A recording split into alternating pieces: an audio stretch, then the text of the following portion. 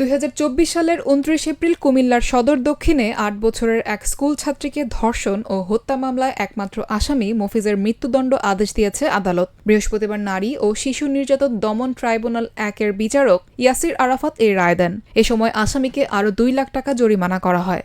নারী ও শিশু নির্যাতন দমন ট্রাইব্যুনালের পিপি বদিউল আলম সুজন এ তথ্য নিশ্চিত করেছেন। দণ্ডপ্রাপ্ত যুবকের নাম মফিজুল ইসলাম মফু। জানা গেছে, ভুক্তভোগী শিশুটি স্থানীয় এক কিন্ডারগার্টেনের ৩য় শ্রেণির শিক্ষার্থী ছিল। ২০২৪ সালের ২৯ এপ্রিল কিন্ডারগার্টেন থেকে আসার পথে দণ্ডপ্রাপ্ত মফিজুল তাকে রাস্তার পাশের ধানের জমিতে নিয়ে ধর্ষণ করে। এ সময় শিশুটি চিৎকার চেঁচামেচি করলে মফিজুল তার মুখ ও গলা চেপে ধরে। শ্বাসরুদ্ধ হয়ে সে ঘটনাস্থলেই মারা যায়।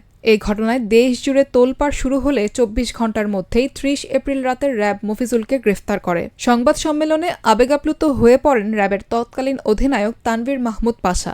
আইনজীবী বদিউল আলম বলেন, নির্মম ঘটনার রায়ে আমরা সন্তুষ্ট, তবে দ্রুত বিচার কাজ সম্পন্ন হলে অপরাধীরা অপরাধ করতে ভয় পাবে। এতে অপরাধের প্রবণতা কমবে।